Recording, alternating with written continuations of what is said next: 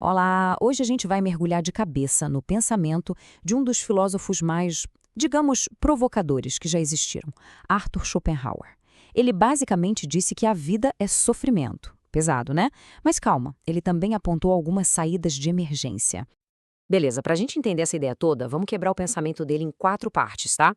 Primeiro, a gente vai ver como ele enxergava a realidade, que para ele tinha duas caras.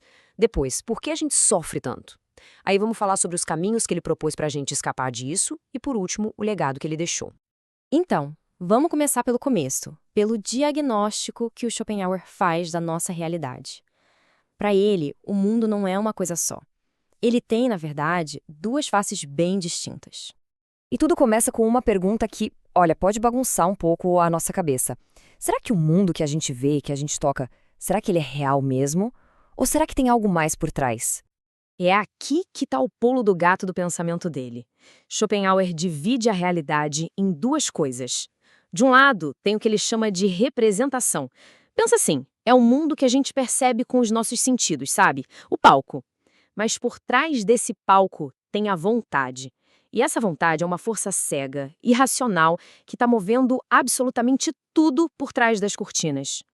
Essa representação, então, é o nosso dia a dia. É o mundo das aparências, das coisas que têm causa e efeito, tudo bonitinho, organizado. Mas, segundo Schopenhauer, isso é como se fosse um grande véu, uma ilusão. O famoso conceito de Maya lá da filosofia hindu. Ok, se o nosso mundo é só uma projeção, tipo um filme, quem ou o que é o projetor? O que está por trás desse véu?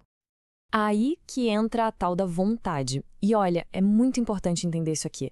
Não é a força de vontade que a gente fala, tipo, vou começar a academia segunda-feira. Não. Para ele, a vontade é uma energia cósmica, um impulso cego e sem fim que está em tudo. É a força que faz a planta crescer, a gravidade puxar as coisas e que faz a gente querer. Querer sem parar. E é exatamente por causa dessa vontade que a gente chega no famoso pessimismo dele. Se a gente é movido por um querer infinito, por que isso é um problema? Porque isso significa que a vida é, no fundo, sofrimento. Essa frase dele resume tudo de forma genial. A vida como um pêndulo entre a dor e o tédio. Pensa bem, se a vontade é esse querer sem fim, a nossa condição natural é a de falta. A gente está sempre querendo alguma coisa. Funciona assim: quando a gente quer algo e não tem, isso é dor, é o sofrimento da falta. Aí beleza, a gente consegue o que queria. O que acontece? Por um breve momento a gente sente satisfação. Mas logo em seguida vem o tédio, aquele vazio. E o tédio, convenhamos, também é uma forma de sofrimento. Então, para escapar do tédio, a gente começa a querer outra coisa e o ciclo recomeça. E é interessante que Schopenhauer não tirou isso do nada.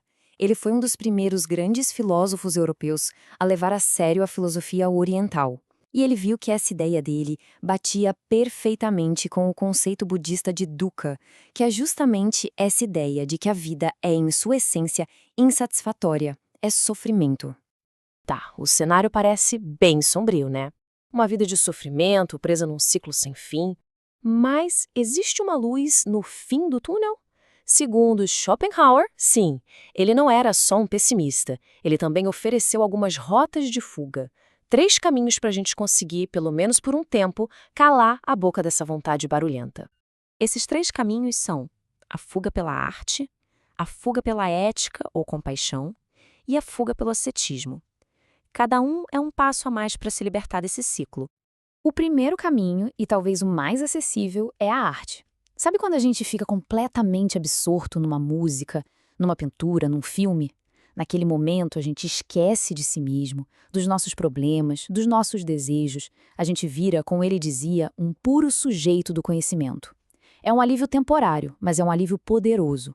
E para ele, a música era a forma mais alta de arte, porque ela expressa vontade em si mesma.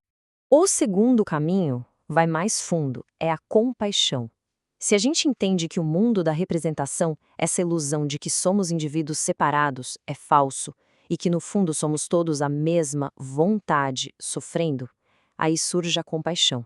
A gente percebe que a dor do outro é, na verdade, a nossa própria dor. Essa percepção é tão profunda que ele usa uma expressão do sânscrito para resumi-la, Tati Tvam Asi, literalmente, isso és tu. Ou seja, o outro ser sofredor é você. Não há separação real. É uma ideia radical, né? E por fim, temos o caminho mais radical de todos, o ascetismo. Aqui não é mais um alívio temporário, é a negação completa da vontade de viver. É a pessoa que, através da pobreza, do jejum, da castidade, busca extinguir completamente o fogo do desejo dentro de si. É o caminho para alcançar um estado parecido com o nirvana budista, um estado de nada. Bom, como dá para imaginar, uma filosofia tão extrema assim não passou batida. O impacto das ideias de Schopenhauer foi gigantesco e mudou completamente a forma como a gente entende a mente humana. O lance é o seguinte, por séculos, a filosofia ocidental colocou a razão no topo de tudo. O ser humano era um ser racional. Aí vem Schopenhauer e diz, não, não, não. O que nos move de verdade é uma força cega, irracional, a vontade.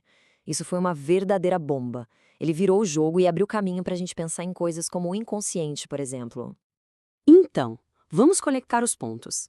Essa ideia de uma força irracional, um desejo cego que nos domina por baixo dos panos sem que a gente perceba, é basicamente o rascunho do que Sigmund Freud mais tarde chamaria de id, o nosso inconsciente. Dá para dizer que boa parte da psicologia moderna tem uma dívida enorme com Schopenhauer.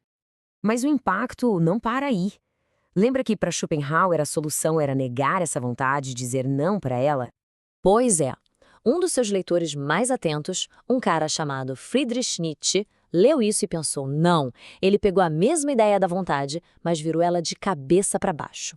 Para Nietzsche, essa força não devia ser negada, mas sim afirmada, celebrada. É o que ele chamou de vontade de potência. No fim das contas, a grande provocação de Schopenhauer permanece.